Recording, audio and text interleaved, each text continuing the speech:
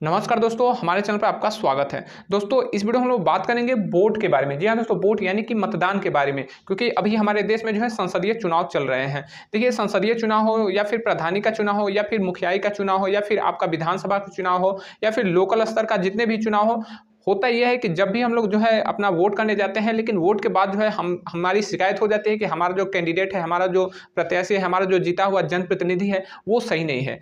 अक्सर ऐसा होता है कि हम अपना वोट तो डाल देते हैं, लेकिन बाद में जो हमारे जनप्रतिनिधि बनते हैं वो हमारे लिए अच्छे कार्य नहीं करते हैं। तो हमें अक्सर शिकायत उनसे मिलती है कि ये अच्छे कार्य नहीं कर रहे हैं, लेकिन हम चाह के भी कुछ नहीं कर पाते क्योंकि हमारा वोट जो है गलत जगह पड़ गया होता है। तो इस वीडियो में हम लोग यही समझेंगे कि हमारा वोट जो है सही जगह पर कैसे पहुंचे, हम अपना वोट किस व्यक्ति को दो, कैसे उम्मीदवार के दें, ताकि वो उम्मीदवार हमारे लिए अच्छे कार्य कर सके, हमारे देश के लिए, हमारे समाज के लिए और हमारे लिए अच्छा जो है कोई कार्य कर सके। तो चलिए हम लोग वीडियो को प्रारंभ करते हैं। दोस्तों, मैं आपको बता दूं कि जो चुनाव होता है हमारे देश में, तो हमारे देश में चुनाव जो है व्यक्ति नहीं लड़ता है, पार्टियां लड़ती है।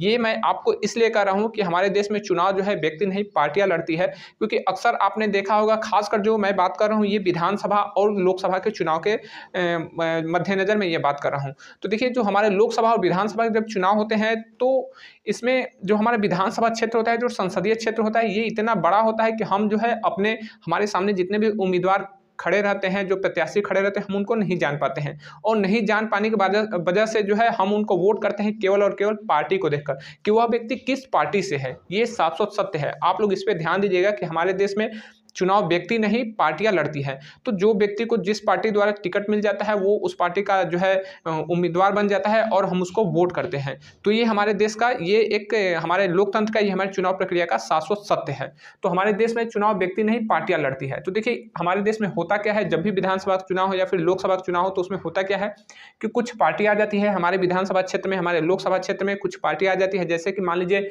पार्टी है ABCD, या आप कह सकते हैं कि ये एक कांग्रेस पार्टी है, ये बीजेपी पार्टी है, ये सपा है, ये बहुजन समाजवादी पार्टी है।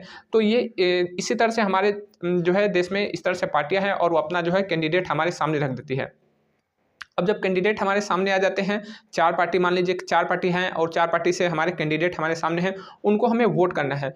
तो हम वोट ऐसे व्यक्ति को दें जो कि हमारे राष्ट्र के लिए, हमारे समाज के लिए और हमारे खुद के लिए, यानी कि हमारा जो समस्या है भ्रष्टाचार, बेरोजगारी, महंगाई, गरीबी, शिक्षा, बीमारी, इन सब चीज़ों पे वो फोकस करे। तो आखिर ऐसे व्यक्ति के हम लोग चुनाव कैसे करें? क्योंकि अभी से हमारे देश में चुनाव नहीं हो रहे। हमारे देश में 1951 से ही चुनाव होने प्रारंभ हो गए थे। उसी समय से लोकसभा और विधानसभा के चुनाव जो है साथ-साथ होते थे, तो वो उसी समय से प्रारंभ हो गए। लेकिन उससे पहले की जो समस्या है भ्रष्टाचार, गरीबी, बीमारी, महंगाई और जो समस्याएँ हैं, वो आज भी जस के तस जो है पड़ी है। तो आखिर इसके पीछे रीज़न क्या है? तो इसके पीछे यही रीज़न है कि हम लोग जो है वोट सही व्यक्ति को नहीं दे पाते हैं। हमारा जो वोट है वो सही व्यक्ति तक नहीं पहुँच पाता है। लेकिन दोस्तों, वास्तविक सच्चाई तो ये है कि हम अपना वोट जो है सही व्यक्ति तक देने के लिए स्वतंत्र ही नहीं है। हम अपना वोट जो है सही व्यक्ति को देने के लिए स्वतंत्र ही नहीं है। हम तो बस उसी को वोट दे सकते हैं जो हमारे सामने खड़ा है, जो हमारे सामने खड़ा है उसी को हम लोग वोट दे सकते हैं। बाद में हमारे जो है सुप्रीम कोर्ट ने आदेश दिया, संविधान में संशोधन किया और उसमें जो है जोड़ा गया कि जो है नोटा जोड़ दिया गया, यानी कि जिस व्यक्ति को अपना उम्मीदवार पसंद नहीं वो नोटा दबा सकता है। तो भाई, नोटा का कोई मतलब नहीं है, वो एक केवल कागजी शेर है, कागजी शेर। उसके कोई उसका मतलब नहीं है, उसका कोई वैल्यू नहीं है। तो मैं तो कहूँगी आप लोग जो है अगर नोटा दबाना हो तो बिल्कुल भी आप वोट डालने ना जाए, आप लोग घर पे ही रहें। और मैं तो कहूँगी आप लोग वोट किसी ना किसी को जरूर दें, बिल्कुल किसी ना किसी को व्यक्ति को जरूर ही वोट दें। अपना वोट जो है घर पर बैठकर या फिर नोटा दबाकर व्यर्थ ना गवाएं, अपना वोट जरूर दें। जो आपको उचित लगे उसको वोट दें, क्योंकि आप वोट देने के लिए स्वतंत्र है। ठीक है, वोट देने के लिए आप लोग स्वतंत्र है। ये बात अलग है कि आपके सामने जो है अच्छा उम्मीदवार नहीं आ पाया या जो है अच्छा प्रत्याशी नहीं मिला, तो वो अलग समस्या है। तो हमारे देश में ये होता है कि ABCD जो है 4 पार्टियां आ जाती हैं और पार्टी के उम्मीदवार हमारे सामने आ जाते हैं। अब उनका जो है हमें चयन करना होता है। हमारे आज भी हमारा जो है, चाहे हमारा जो गाजीपुर संसदीय क्षेत्र है या फिर वाराणसी या फिर आसपास के जितने भी संसदीय क्षेत्र या फिर पूरे देश में इसी तरह से चुनाव हो रहे हैं। इसी तरह से चुनाव हो रहे हैं, होते भी पहले भी होते थे और आज भी हो रहे हैं। और चुनाव प्रक्रिया नहीं बदलेगी तो फ्यूचर में भी ऐसे ही होते रहेंगे कि 4 पार्टी आ जाएंगे, अब इनके उम्मीदवार आ जाएंगे, इनको वोट करना होता है। तो हम कैसे पता करें कि कौन हमारा जो जनप्रतिनिधि बनेगा वो सही रहेगा? कौन-सा उम्मीदवार जो है जनप्रतिनिधि बनने लायक है? किसको हम अपना वोट दें तो हमारा वोट का वैल्यू ज़्यादा रहेगा? तो देखिए, सबसे पहले जब हमारे देश में पार्टी ही चुनाव लड़ती है, व्यक्ति चुनाव नहीं लड़ता है, तो पार्टी को पहले हम लोग देखेंगे कि पार्टी कैसी है। किस पार्टी के द्वारा वो व्यक्ति जो है चुनाव लड़ रहा है, किस पार्टी के सिंबल से वो व्यक्ति चुनाव लड़ रहा है। देखिए व्यक्ति का भी महत्व है, लेकिन हम लोग पार्टी को पहले समझ लेते हैं, उसके बाद व्यक्ति के बारे में बात करेंगे, यानी कि उम्मीदवार के बारे में। तो देखिए कौन सी पार्टी किसको टिकट दी, इस पे जो है हमें पहले ध्यान देना चाहिए। देखिए अगर आपको मान लीजिए ABCD 4 पार्टियां हैं, ABCD 4 पार्टी है, आप लोग पार्टी को जो है पहले तुलना कीजिए, क्योंकि आज के समय में हर व्यक्ति के पास यूट्यूब है और हर व्यक्ति जो है जानकारी निकाल रहा है कि कैसा हमारा प्रत्याशी है, वो मीडिया से के माध्यम से उसको जानकारी मिल रही है कि कौन सी पार्टी कैसी है, कौन सा उम्मीदवार कैसा है। तो आप लोग पहले पार्टी को ध्यान में दीजिए कि पार्टी कैसी है। जो ए पार्टी है क्या वो हमारे राष्ट्र के लिए सही है, जो ए पार्टी है क्या वो हमारे फ्यूचर के लिए सही है, क्या जो ए पार्टी है वो हमारी जो समस्याएं है, जो हमारी मूलभूत समस्या है, जो भ्रष्टाचार है, बेरोजगारी है, महंगाई है, या फिर जो इंटरनेशनल जो मैटर है उनके लिए क्या हमारी जो ए पार्टी है वो सही है। अगर ए पार्टी सही नहीं है तो बी को भी कंपेयर कीजिए, बी को देखिए कि क्या बी उस लायक है कि जो हमारी समस्याएं हैं, बेरोजगारी, महंगाई, फिर जो हमारे देश में आतंकवाद है, जो हमारे आतंकवादी जो हमारे जवानों को मार रहे हैं, जो जवानों पे गोलियां बरसाते हैं, जो पत्थर फेंकते हैं, उनके लिए क्या बी पार्टी सूटेबल रहेगी, क्या उनके खिलाफ वो एक्शन ले सकती है, उसका जो है किस तरह से हमारे देश में उसका कार्य रहा है। तो ABCD इस तरह से आप लोग चारों पार्टी को देख लीजिए, ठीक है, चारों पार्टी को देख लीजिए, जो आपको बेहतर लगे कि हमारे देश के लिए ये उचित है, हमारे देश के लिए उचित है, हमारे लिए उचित है, हमारे समाज के लिए ये पार्टी उचित है, उस पार्टी को आप लोग फोकस कीजिए, ठीक है, उस पार्टी को आप फोकस कीजिए। साथ ही साथ ये भी ध्यान दीजिए कि ये पार्टी क्षेत्रीय है या फिर राष्ट्रीय पार्टी है, क्योंकि देखिए क्षेत्रीय पार्टी जो है वो सेंटर में अपना जो है जो सरकार नहीं बना सकती, सेंटर में अपना सरकार नहीं बना सकती, वो किसी ना किसी पार्टी से जो है जुड़ेगी, या फिर वो नहीं भी जुड़ती है तो उनका कोई ज़्यादा महत्व नहीं रह जाता है। लेकिन जो सेंटर पार्टी है, जैसे कि बीजेपी हो गई, कांग्रेस हो गई, ये सब जो पार्टियां हैं वो उनकी जो है सरकार बन सकती है। वर्तमान दौर में तो केवल बीजेपी की सरकार ही बन सकती है, क्योंकि जो कांग्रेस है वो केवल और केवल 230 सीटों पे ही चुनाव लड़ रही है, तो 230 जो है आधा भी नहीं है, 50% भी नहीं है, तो जाहिर सी बात है उसको जो है बहुमत मिल ही नहीं सकती।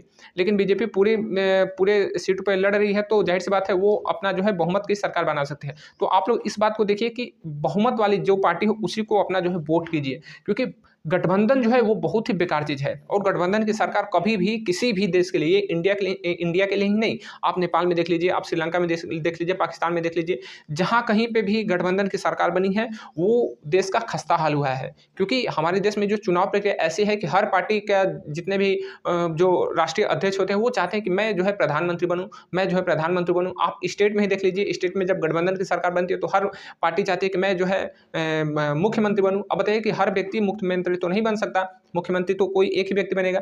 तो गठबंधन की सरकार को वोट कभी ना दे, क्योंकि गठबंधन की सरकार हमारे देश में कभी भी जो है एक अस्थायी फैसले लेने में या फिर कड़े फैसले लेने में सक्षम नहीं होती है। कहते हैं ना कि 100 चूहे की सरकार से बेहतर है एक सिंह का शासन, यानी कि 100 चूहे की सरकार से एक शेर का शासन जो है अच्छा रहता है, ताकि अगर देश में कोई जो है बाहरी आपदा आती है या फिर कोई इस तरह से घटना घटित होती है जहाँ पे तुरंत जो है डिसीजन लेना हो, तो एक व्यक्ति तुरंत उस पर डिसीजन लेगा, और जहाँ पे 100 लोग बैठे रहेंगे तो वहाँ पे जो है माथापच्ची होगी, डिसीजन वहाँ पे नहीं निकल पाएगा और हमारे देश को जो है नुकसान झेलना पड़ेगा। तो गठबंधन को कभी आप लोग वोट न दें, वोट उसी पार्टी को दें जो पार्टी जो है पूर्ण बहुमत की सरकार बनाने में सक्षम हो।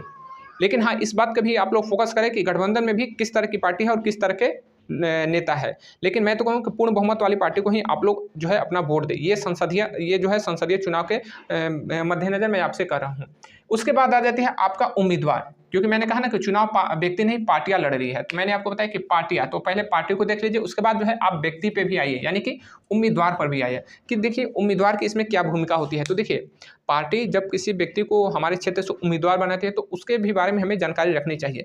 पार्टी के महत्व मैंने आपको बता दिया, लेकिन उम्मीदवार का भी काफ़ी ज़्यादा महत्व होता है। जरूरी नहीं कि जो है राष्ट्रीय स्तर की पार्टी है वही जो हमारे लिए जो है कार्य कर सकती है। राष्ट्रीय स्तर की जो पार्टी होती है वो हमारे राष्ट्र के लिए कर सकती है, लेकिन हमारा जो लोकल जो संसदीय क्षेत्र है, जो लोकल जो है संसदीय क्षेत्र या लोकल विधानसभा क्षेत्र है, इसके बारे में जो कार्य करना होता है ये स्पेशली इसी व्यक्ति को करना होता है। लेकिन इसमें भी एक चीज़ होती है कि जब तक से सेंटर को, अगर सेंटर की मान लीजिए सेंटर में अगर बीजेपी की सरकार बनती है, तो अगर बीजेपी का उम्मीदवार अगर यहाँ से जीतेगा आपके क्षेत्र से, तो वो आपके लिए बेहतर होगा, वो आपके लिए बेहतर होगा। और अगर कांग्रेस पार्टी सरकार बनाती है सेंटर में, तो कांग्रेस पार्टी का उम्मीदवार अगर आपके क्षेत्र से विजयी होगा तो वो आपके लिए बेहतर होगा। क्योंकि जो सेंटर में सरकार रहती है या फिर स्टेट में सरकार रहती है, तो उसके जो सदस्य रहते हैं, उसके जो विधायक या सांसद रहते हैं, उनको जो है वो तवज्जो देती है, क्योंकि उसी के बदौलत जो है वो सरकार में है, तो उसको तवज्जो देती है। उसके जितने भी जन सुविधाएँ आती है, पहले उसको दिया जाता है। विपक्ष की जो पार्टियाँ होती है या फिर क्षेत्रीय पार्टी, उनको जो है खास महत्व नहीं दिया जाता है।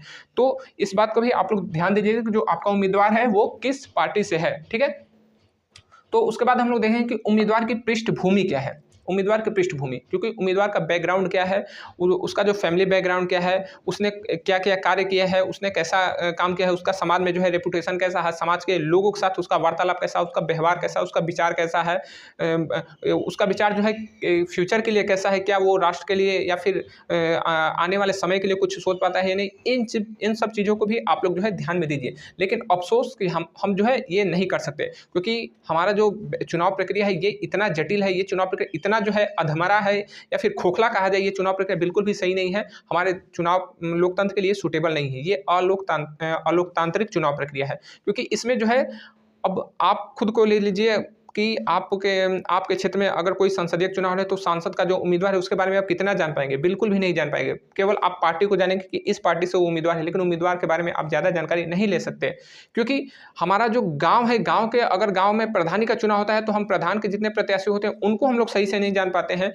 तो फिर इतना बड़ा संसदीय क्षेत्र और इतना बड़ा विधानसभा का क्षेत्र में हम लोग उस व्यक्ति को कहाँ तक जानेंगे, क्या जानेंगे कि उसका पढ़ाई लिखाई क्या है, उसका समाज में रहन सहन कैसा है, कैसे लोगों के साथ वो रहता है, जो उसकी सोच कैसी है, वह किस तरह से लोगों के साथ व्यवहार करता है। तो इसके बारे में हम लोग नहीं जानकारी निकाल सकते, लेकिन मजबूरी है कि जो है वोट करना ही करना है। तो वोट जब देना है तो थोड़ा सा जानकारी कोशिश कीजिए कि निकालें, ठीक है?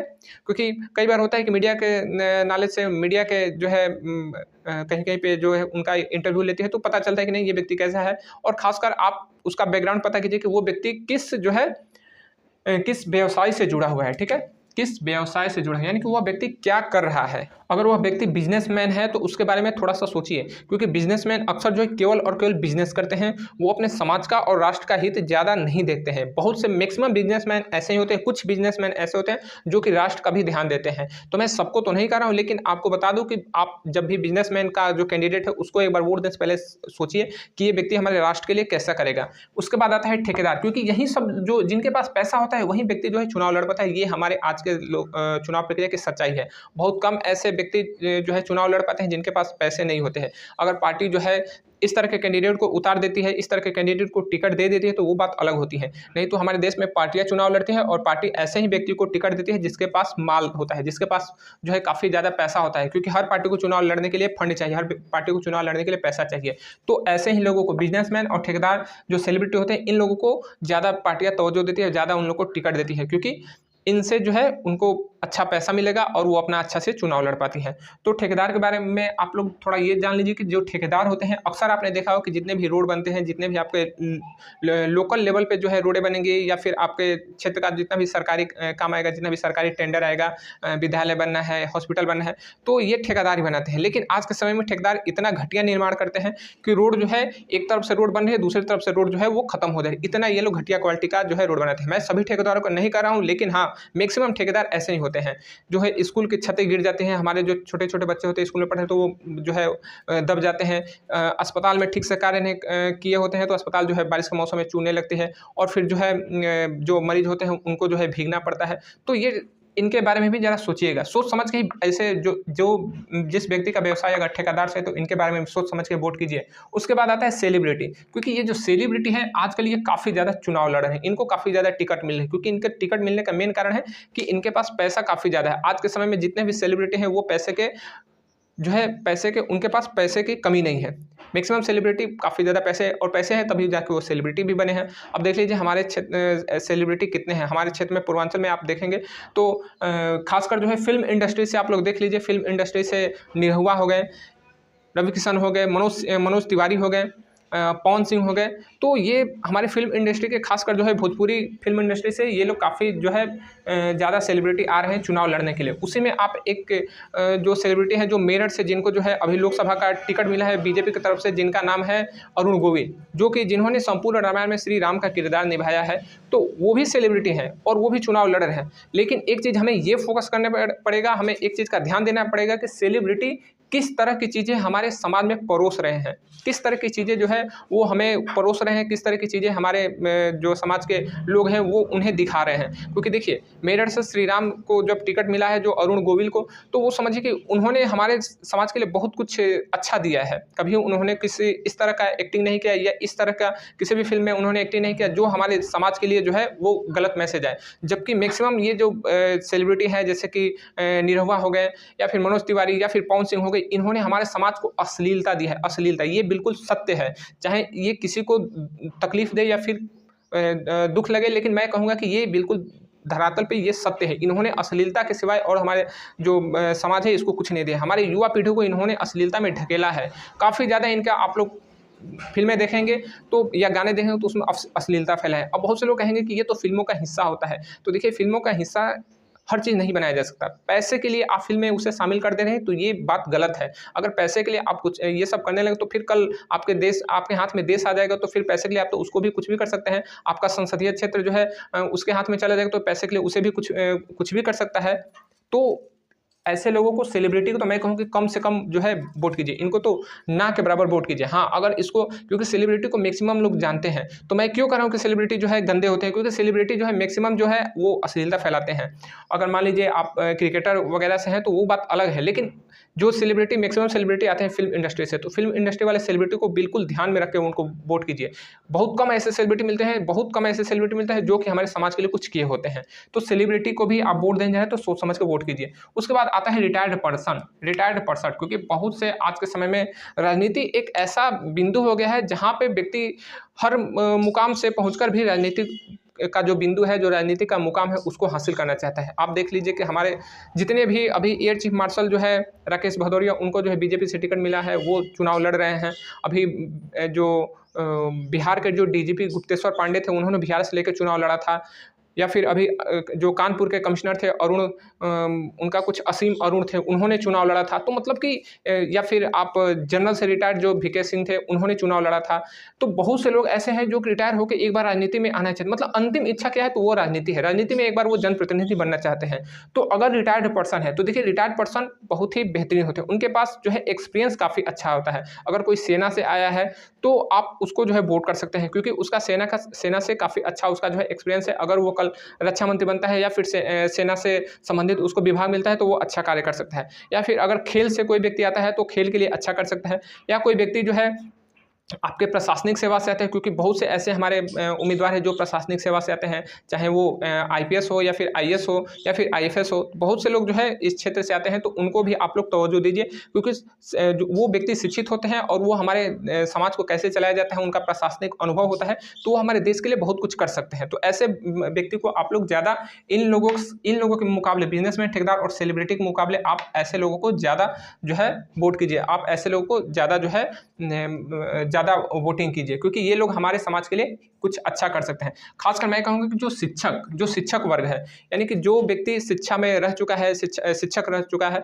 उसको आप लोग बिल्कुल जो है वोट कीजिए, ज़्यादा से ज़्यादा वोट कीजिए, क्योंकि शिक्षक जो है हमारे समाज का जो है वो मार्गदर्शक होता है। अगर कोई शिक्षक है, बहुत अच्छा शिक्षक है, अनुभवी है, तो वो हमारे समाज के लिए बहुत अच्छा कर सकते हो। सबसे बेस्ट मैं अगर मानूँ कि कौन उम्मीदवार हो तो वो शिक्षक होगा। अगर आपके क्षेत्र से कोई व्यक्ति शिक्षक उम्मीदवार आपके क्षेत्र से हुआ है तो आप उसको वोट कीजिए, ठीक है, आप उसको वोट कीजिए, क्योंकि जो व्यक्ति शिक्षा के बैकग्राउंड से निकलता है तो उसको पता है कि शिक्षा का क्या महत्व है। शिक्षा बिना जो है हमारा समाज अधूरा होता है। तो एक शिक्षक जो है हमारे समाज का मार्गदर्शक होता है। आप उसको जो है ज़्यादा से ज़्यादा वोटिंग कीजिए, क्योंकि अगर वो जीता है, अगर वो जो है विजयी होता है, तो आपके क्षेत्र के लिए बहुत कुछ कर सकता है, क्योंकि शिक्षा जो है बहुत ही पावरफुल होती है। हमारी शिक्षा में बहुत ही ज़्यादा पावर होता है।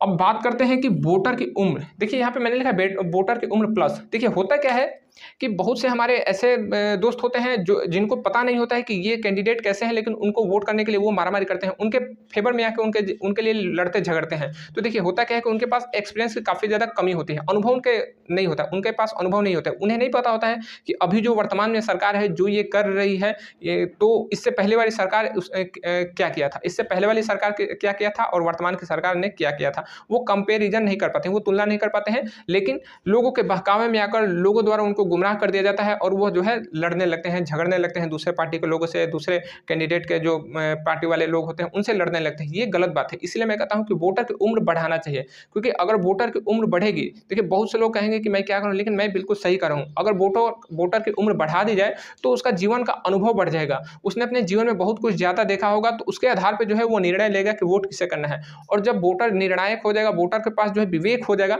तो वोटर जो है अपना वोट अच्छी जगह पर डालेगा, तो अच्छा जो है कैंडिडेट मिलेगा और हमारा देश जो है तरक्की करेगा, हमारे देश का जो है वो अच्छा नेता मिलेगा। तो सबसे बड़ी बात मैं कहता हूँ कि वोटर की उम्र बढ़ाना चाहिए। कहीं पर भी वोटर की उम्र घटाइए मत।